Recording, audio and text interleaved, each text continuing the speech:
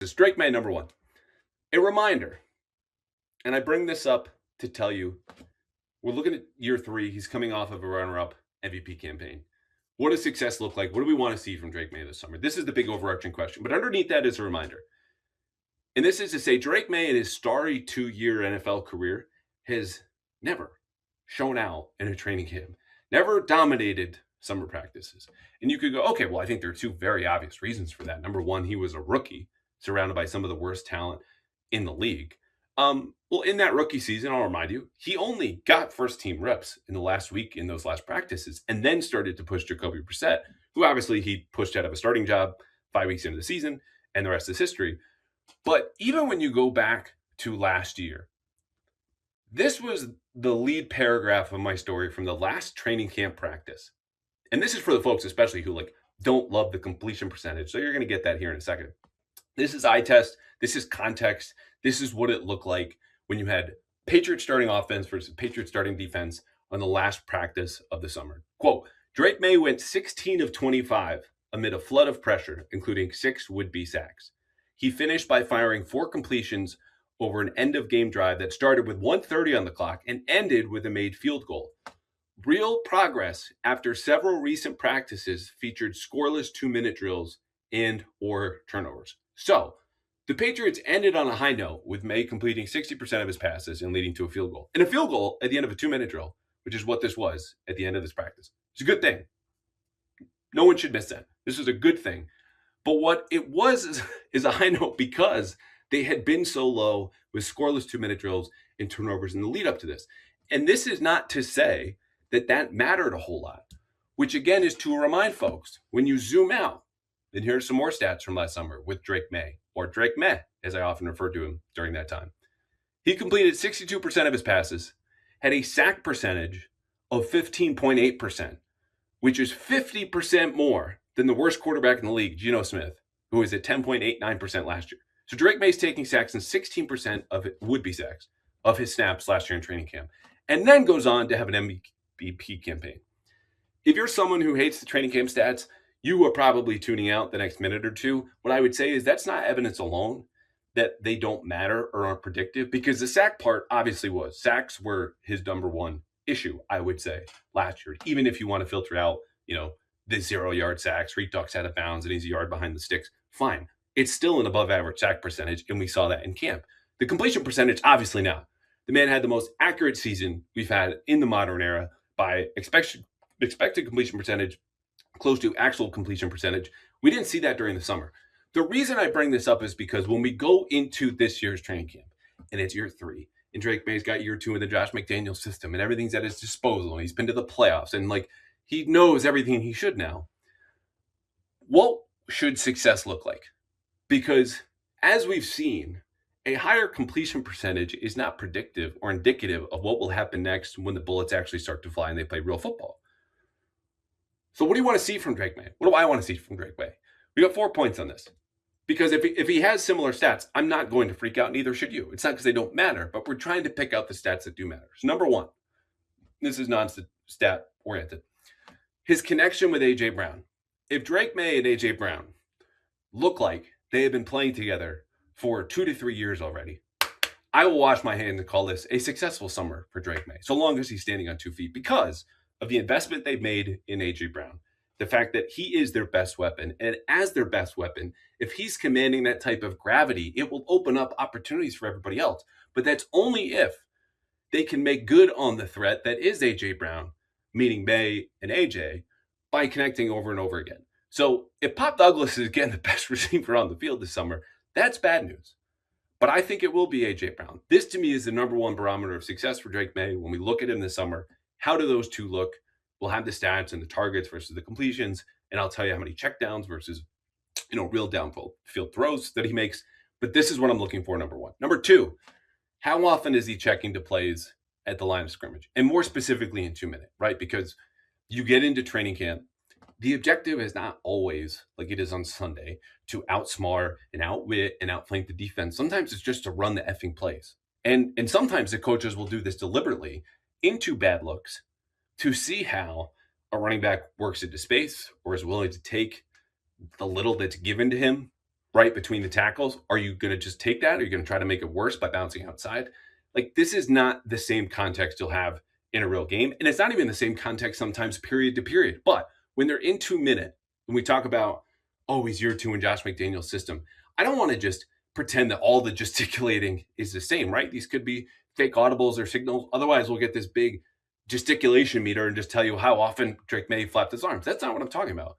I'm talking about identifying plays across the line of scrimmage and coverage and making the right checks under pressure, like the pressure of a 2 minute drill with limited time and music in a situation we know that they're trying to move the ball downfield as fast as possible.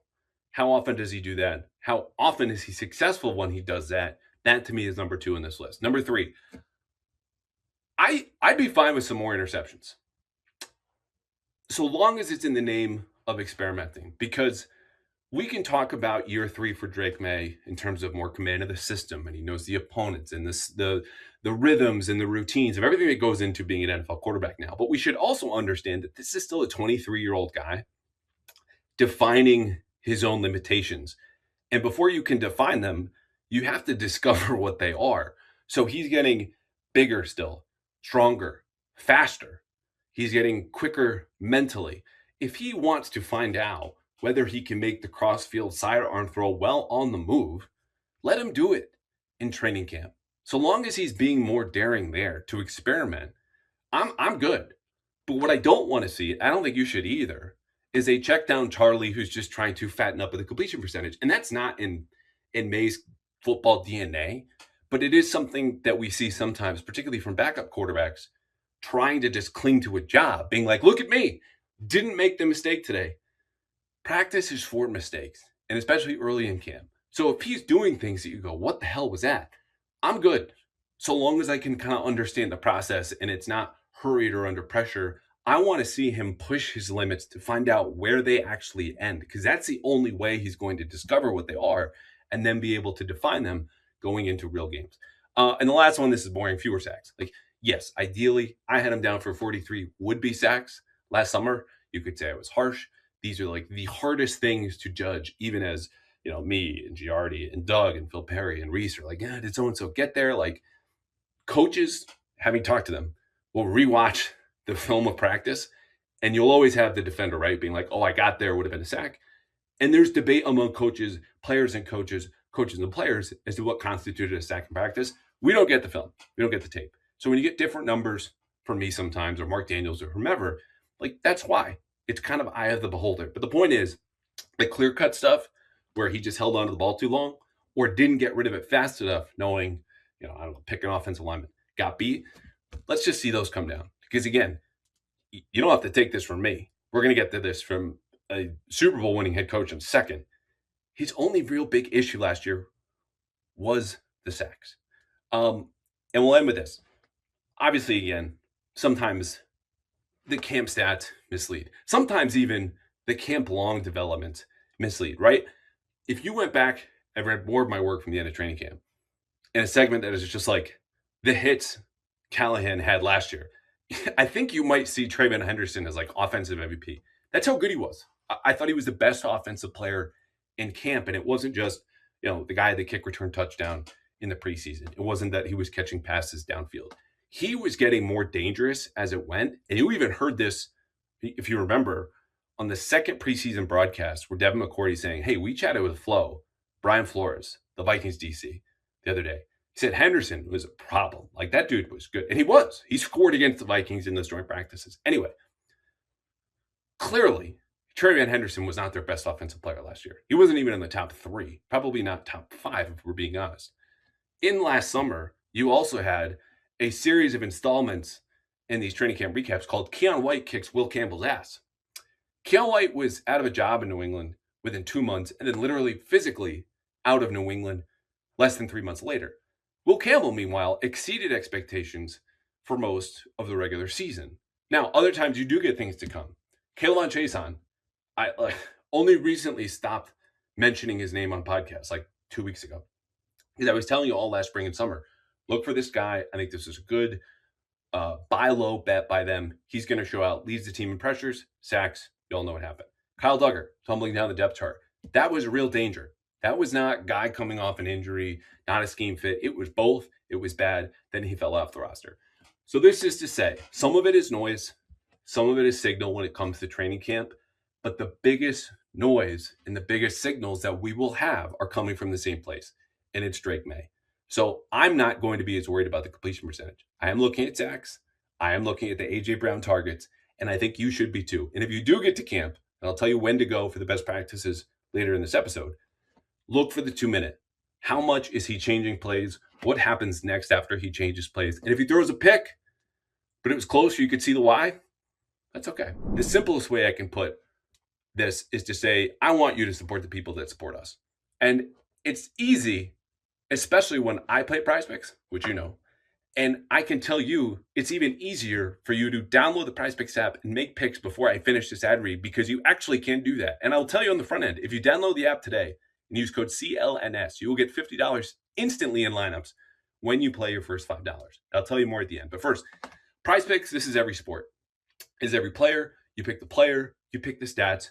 You can even change the number sometimes for whatever you want, and you win money while you watch sports. So we know it's pretty dead. There's not a whole lot going on. But if you're like me, you have been sucked face first into the World Cup. And before the World Cup ends on July 19th, where people playing Prize Picks, by the way, are being sent to the final because they won tickets in a sweepstakes, you can put that knowledge to make picks for winners now, which is new, or you can do players, or you can do goals, or you can do saves and win money while you're watching the World Cup. Or it could be the Sox, who are suddenly hot, with baseball, or you want to wait till preseason football. That's all fine, but only at Prize Picks, America's #1 sports picks app. And again, since you are listening to the show, if you download the app today and use code CLNS, you will get $50 instantly in lineups when you play your first $5. So download the Prize Picks app today. Use code CLNS to get $50 instantly in lineups when you play your first $5. Prize Picks, America's #1 sports pick app.